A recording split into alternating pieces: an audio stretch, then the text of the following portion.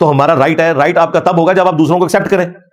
آپ تو کہہ رہے ہیں نا ہم نے پیپلز پارٹی کے ساتھ اتحاد کرنا ہے نہ نون لیگ کے ساتھ, تو بھائی آپ تو گورنمنٹ پھر میجورٹی بنا ہی نہیں سکتے, میجورٹی تو پھر انہیں کی ہوگی.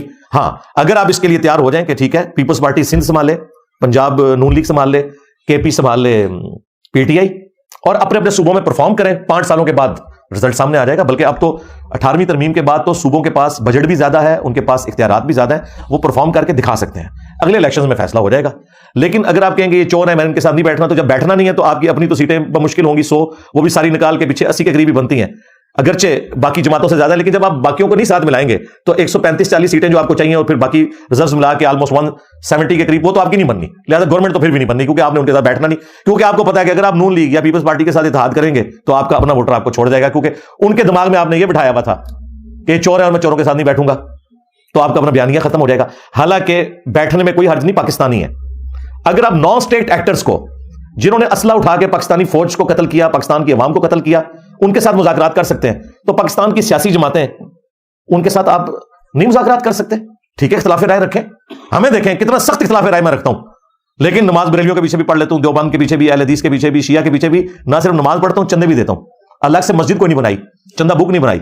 کیوں کہ اس طرح نفرت پھیلتی ہے. لوگ کہتے ہیں انجینئر صاحب نے بھی جو ہے وہ عوام الناس کو بڑا وائلنٹ کر دیا. میں نے یہ وائلنٹ تو نہیں کیا کہ ان کے پیچھے نماز نہیں پڑھنی ہے, چور ہیں. میں نے کہا ان کے عقیدوں سے اختلاف ہے, یہ ہمارے بھائی ہیں, جس طرح ہم گمراہ تھے یہ بھی بیچارے گمراہ, انہیں پتہ نہیں ہے, انہیں اس سے نکالنا ہے. نہ کہ یہ کہ ان سے نفرت کرنی ہے, ان کے پیچھے نماز نہیں پڑھنی, مسجد لادہ سے بنا لو, یہ تو ہم نے کبھی نہیں. نہ کوئی پارٹی بنائی, نہ کوئی چندہ بک بنائی. یہ ڈفرنس میں آپ کو بتا رہا ہوں. جو لوگ مجھے اور خان صاحب کی سوچ کو ایک کہتے ہیں نا, ایک فیکٹر میں تو ایک ہے کہ انہوں نے بھی ینگ جنریشن کو پالیٹکس میں انٹر کیا, جو لوگ پالیٹکس میں کوئی دلچسپی نہیں رکھتے تھے, اور ہم نے بھی پڑھے لکھے طبقے کو دین کے ساتھ جوڑا اس اعتبار سے کہ وہ بکش مسلمان بنے. لیکن جو اگلے والا فیکٹر ہے نا کہ دوسروں سے اتنی نفرت کرنا کہ ہم نے ان کے ساتھ بیٹھنا بھی نہیں, رشتے بھی نہیں کرنے, ان کے اوپر آوازیں کسنی ہے, آپ اسکول میں ان کے بچے چلے جائیں تو ان کے اوپر آوازیں کسنی ہے, یہ کام نہیں. ہم نے پیسو بنایا لوگوں کو, انہوں نے ایکٹیو سے بھی آگے کوئی ایکٹیو پلس بنا دیا کہ نہیں ان کو یہ کہنا ہے. یہ میں آپ کو ڈفرنس بتا رہا ہوں تاکہ آپ کو یہ چیز کلیئر ہو. تو خان صاحب ہی اس اعتبار سے تھوڑی ٹالرنس دکھائیں اور ان کے ساتھ بیٹھنے کے لیے تیار ہوں, اور اس میں انیشیٹو جو ہے وہ لینا ہے پھر نواز شریف صاحب نے.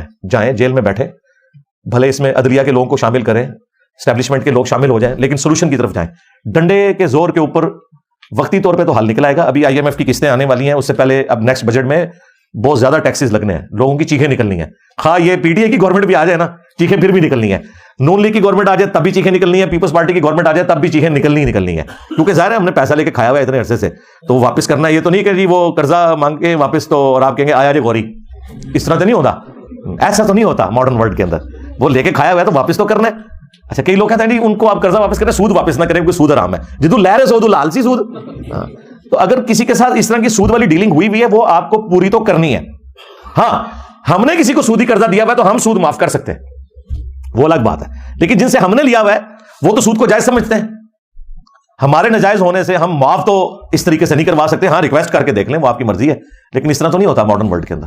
بہرحال میں تو نواز شریف صاحب سے, زرداری صاحب سے, اور آرمی چیف سے, اور چیف جسٹس سے, اور عمران خان صاحب سے, سب سے ریکویسٹ کروں گا کہ ملک کا سوچیں.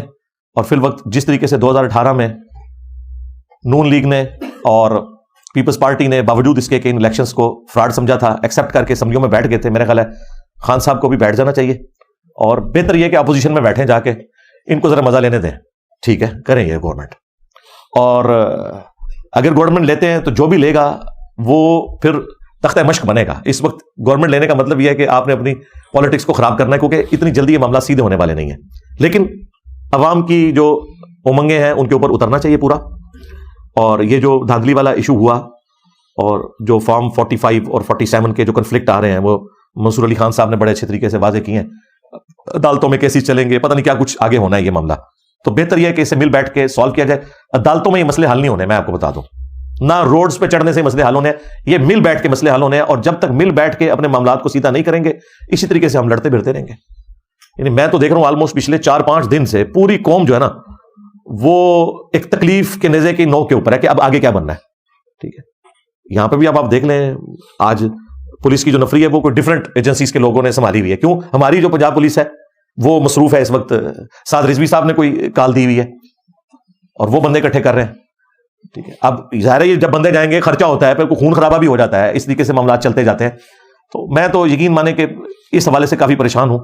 اور امید کی کرن صرف یہ ہے کہ آپس میں بیٹھیں. اگر یہ بیٹھیں گے نہیں, اسی طریقے سے ایک دوسرے کے خلاف پروپیگنڈا کرتے رہیں گے, ایک دوسرے کو نیچا دکھاتے رہیں گے, اور پھر اعلانیہ معافی بھی مانگے.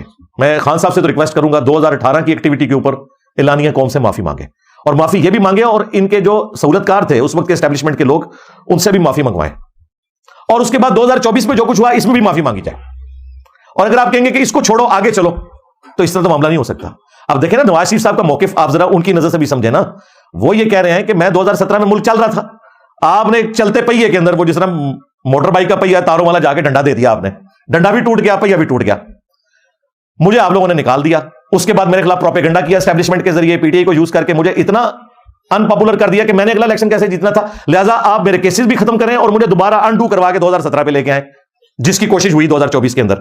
ان کی نظر سے دیکھیں, وہ کہتے ہیں انڈو کریں. یہ کہتے ہیں ہمارے ساتھ زیادتی ہو رہی ہے, تو وہ کہتے ہیں بھائی 2018 میں تو ہم پاپولر تھے, آپ لوگوں نے ہمیں گورنمنٹ سے کیوں باہر نکالا, ایک چلتی ہوئی گورنمنٹ کو. تو دونوں کے پوائنٹس اپنی جگہ اسٹرانگ ہیں, یہ ذہن میں رکھیے گا, یہ کوئی پھینکنے والی باتیں نہیں ہیں. اس کا حل صرف بیٹھ کے ہوگا. اور اگلی بات میں بڑی خطرناک کرنے لگا ہوں, یہ مسئلہ خان صاحب کی زندگی میں تو سالو ہو سکتا ہے, خدا نہ خواستہ ان کی موت کے بعد سالو نہیں ہوگا, یہ میں آپ کو بتا دوں.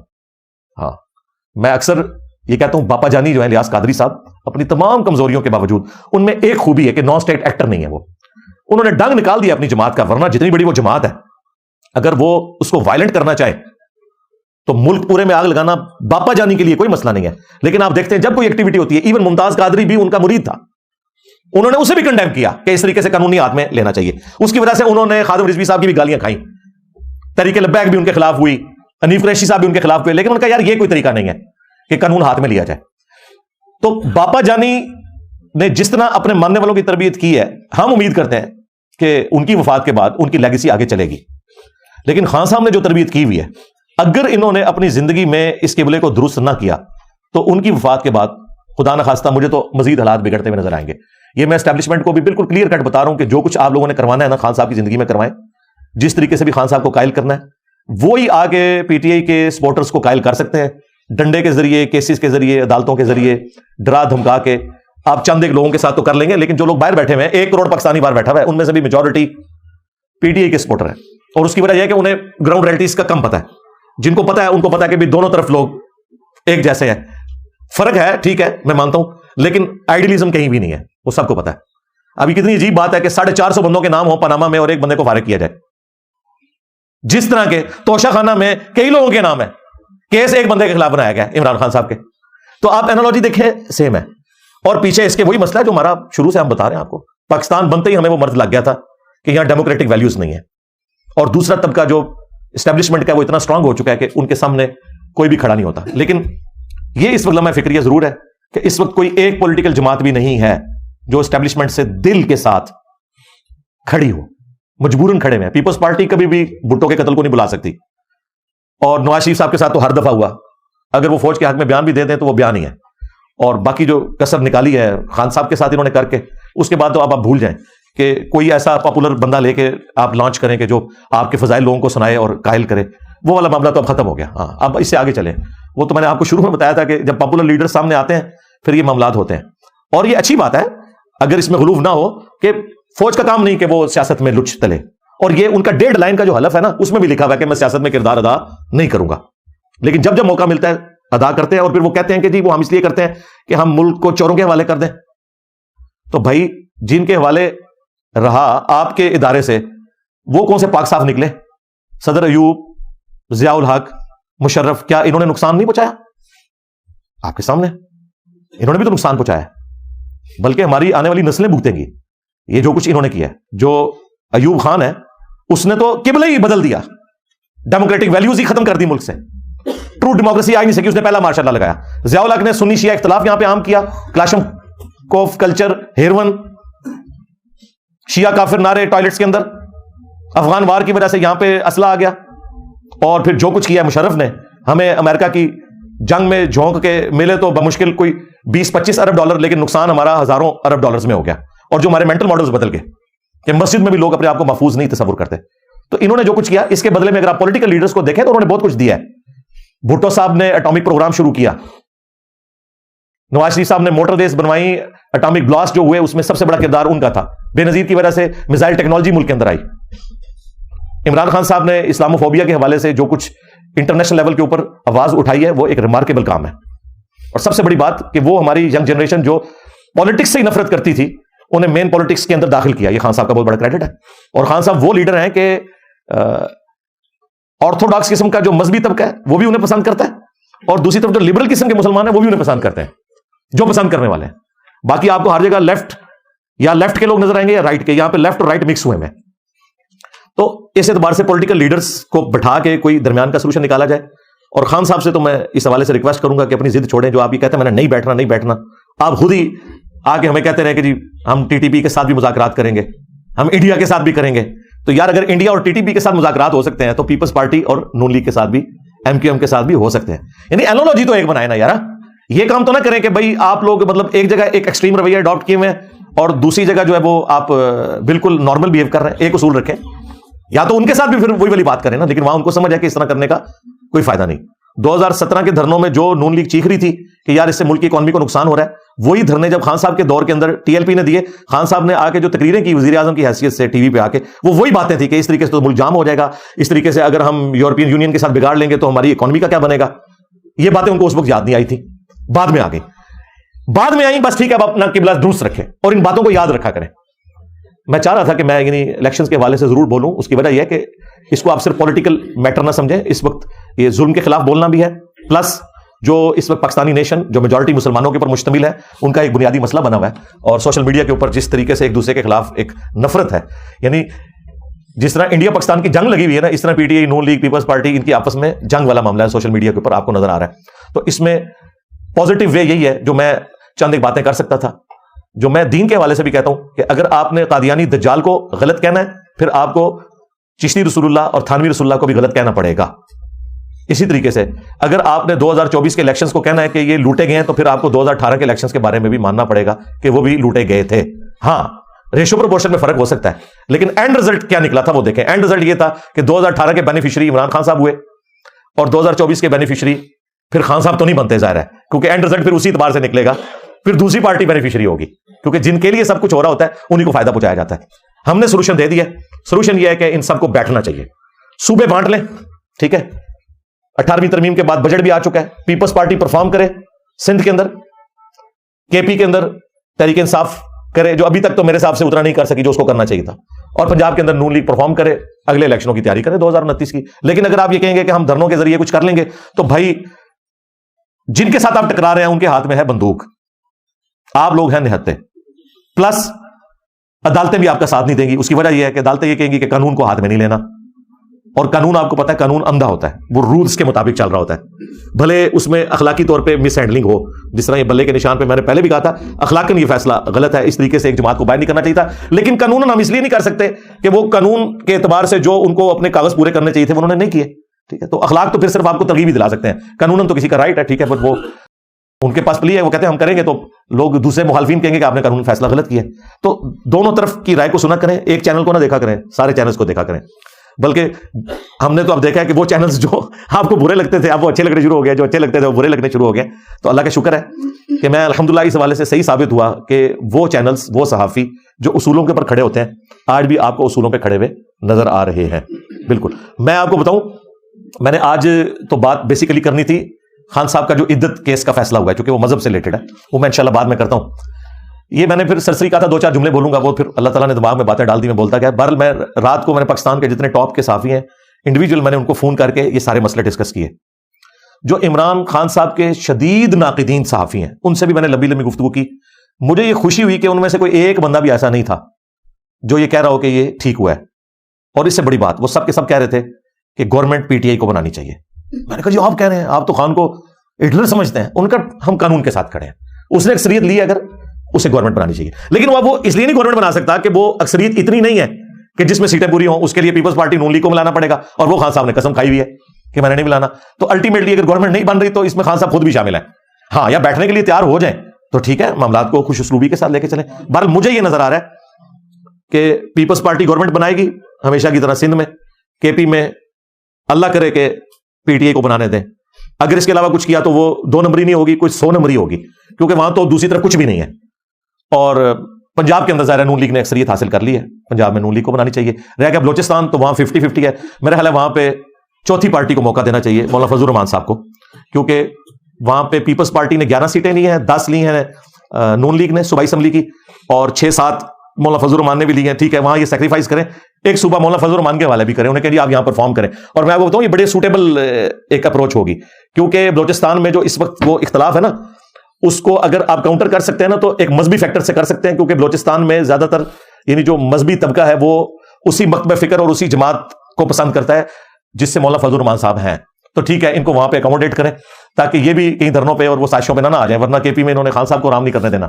تو یہ چاروں صوبے اس طریقے سے بانٹ لیں اور معاملات کو آگے لے کے چلیں. باقی دھرنوں سے احتجاج سے کچھ بھی نہیں نکلنا، جس طرح 2018 میں کچھ نہیں نکلا تھا نا، جو دولہا تھا وہ دولہا بن گیا. ابھی بھی جو دولہا ہے، خواہ وہ نواز شریف صاحب ہوں یا شہباز شریف صاحب ہوں یا بلاول بھٹو، لیکن یہ بہت دور کی بات ہے، زیادہ تو انہی 2 بڑوں کے چانسز ہیں. انہوں نے دولہا بن جانا ہے، اور جو دولہے بنے ان سے ریکویسٹ یہ ہے کہ وہ اپنے مخالفین کے ساتھ وہ سلوک نہ کریں جو آپ کے مخالفین نے اپنی حکومت میں آپ کے ساتھ کیا تھا. تو یہ ہم پیار محبت سے ایک میسج دینا چاہتے تھے. امید ہے ہمارے بڑوں تک یہ میسج پہنچ گیا ہوگا.